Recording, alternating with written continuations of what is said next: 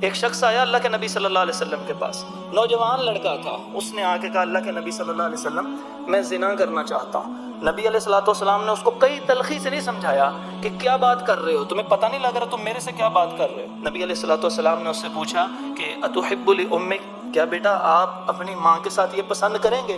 उसने कहा, अल्लाह की कसम मैं तो पसंद नहीं करूंगा। आप सल्लल्लाहु अलैहि वसल्लम ने पूछा, अतुहिब्बुल बिन्तिक, अपनी बेटी के साथ बेटा आप पसंद करेंगे कि कोई ऐसा काम हो? वो कहेगा, अल्लाह की कसम मैं तो ये पसंद नहीं करता। आप सल्लल्लाहु अलैहि वसल्लम ने तीसरा रिश्ता कहा, ली उख्तिक, अपनी बहन के साथ पसंद करोगे। फिर कहा कि अपनी फुप्पो के साथ या अपनी खाला के साथ। तो 5 रिश्ते गिनवा दिए उस नौजवान लड़के को। नबी सल्लल्लाहु अलैहि वसल्लम ने उसको स्निप नहीं किया, आप सल्लल्लाहु अलैहि वसल्लम ने उसको रोका नहीं है कि पहले दिल की बात कर ले।